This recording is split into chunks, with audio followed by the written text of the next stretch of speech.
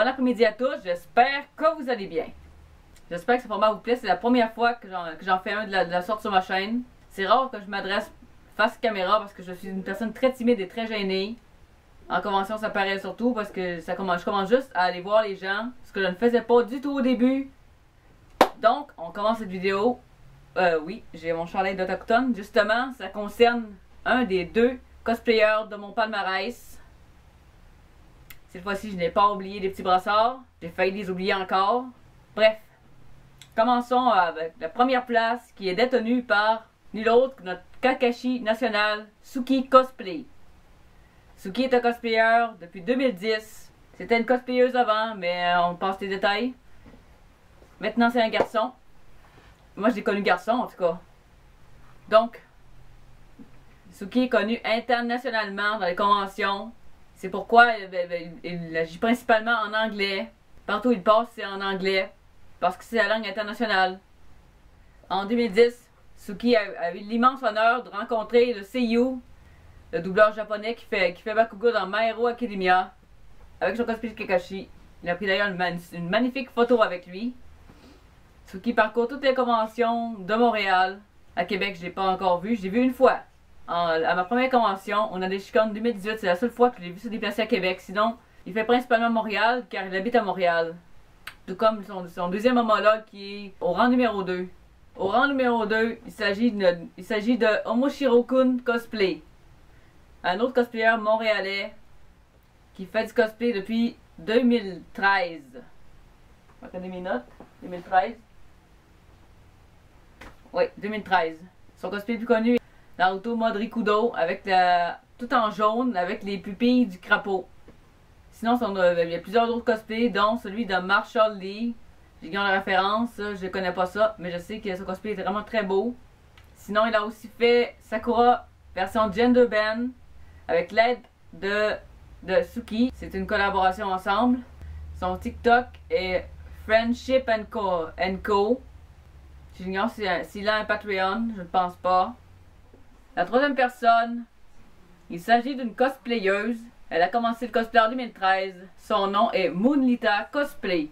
Son cosplay de référence, celui pour lequel elle est le plus connue, est son cosplay de Morag dans le jeu Xenoblade. Personnellement, c'est mon préféré.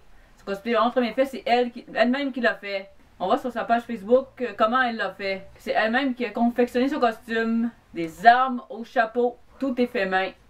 Elle fait aussi d'autres cosplays, mais Morag est son cosplay de référence. Allez la suivre sur sa page Instagram, ça lui fera vraiment plaisir. Elle est vraiment très polyvalente, cette cosplayeuse. Elle a une page Facebook qui défile juste ici, Moonlita Cosplay, avec sa photo de Morag ici.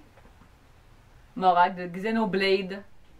Les 3 et 4e cosplayers de mon palmarès sont un duo, un couple. Il s'agit du duo cosplay Doll Damage Cosplay, composé de Koharu Doll et de Damage Cosplay. Leur cosplay de référence dans lequel je les ai connus, il s'agit de Asuma et Kuranai du manga Naruto. Je les ai moi-même croisés et il y a eu un autographe au Comic Con 2019, Comic Con de Québec, car je ne suis pas encore allé à celui de Montréal. Voilà, c'était tout pour les cosplayers québécois, mais la 6e personne, il s'agit de la cosplayeuse française Kasuke, qui est connue pour faire Noctis du jeu Final Fantasy XVI avec Sohan Blazika qui fait Prompto. Elle a aussi fait Rem du manga RE0. Elle a aussi fait Hatsune Miku. C'est une grande cosplayeuse qui fait ça depuis presque 10 ans, je crois. Ceux qui cosplayent un compte Instagram, un compte Facebook, allez les suivre sur les réseaux sociaux ici. Ça va défiler dans l'écran, probablement. J'espère que ce format vous plaît. C'est la première fois que j'en fais un. Allez me dites-moi en commentaire ce que vous en pensez. Puis si vous connaissez d'autres cosplayers, québécois ou français, moi c'est plus des québécois que je connais parce que j'ai pas été dans les conventions en France. Et non, je n'ai jamais été dans la Japan Expo parce que je ne suis pas française et la bonne raison est que je ne voyagerai pas en France. En tout cas, c'est pas prévu dans les prochains projets, c'est pas prévu. Parce que ça coûte très très très cher un voyage en France. Bon, pas autant qu'en Allemagne, mais quand même c'est assez cher. Pour l'instant, je vais juste dans les petites conventions. La plus grosse que je suis allée, c'est l'Otakuton de Montréal, qui est quand même à 3 heures de voiture de chez moi. Sinon, je me contente des conventions dans la ville de Québec, comme le Daneshikon, qui est annulé cette année, RIP, le Comic Con de Québec. Ça, on est toujours pas au courant s'il est annulé ou non, probablement. Sinon, d'autres petits événements cosplay comme le cosplay d'Imaginaire.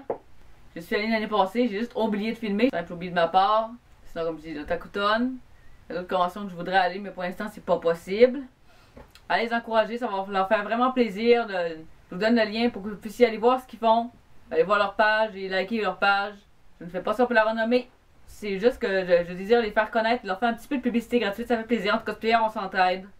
Sur ça, j'espère que cette vidéo vous a plu. Donc n'hésitez pas à lâcher un gros pouce bleu pour me soutenir. C'est important et ça fait plaisir. Et sur le bouton s'abonner quelque part, par là.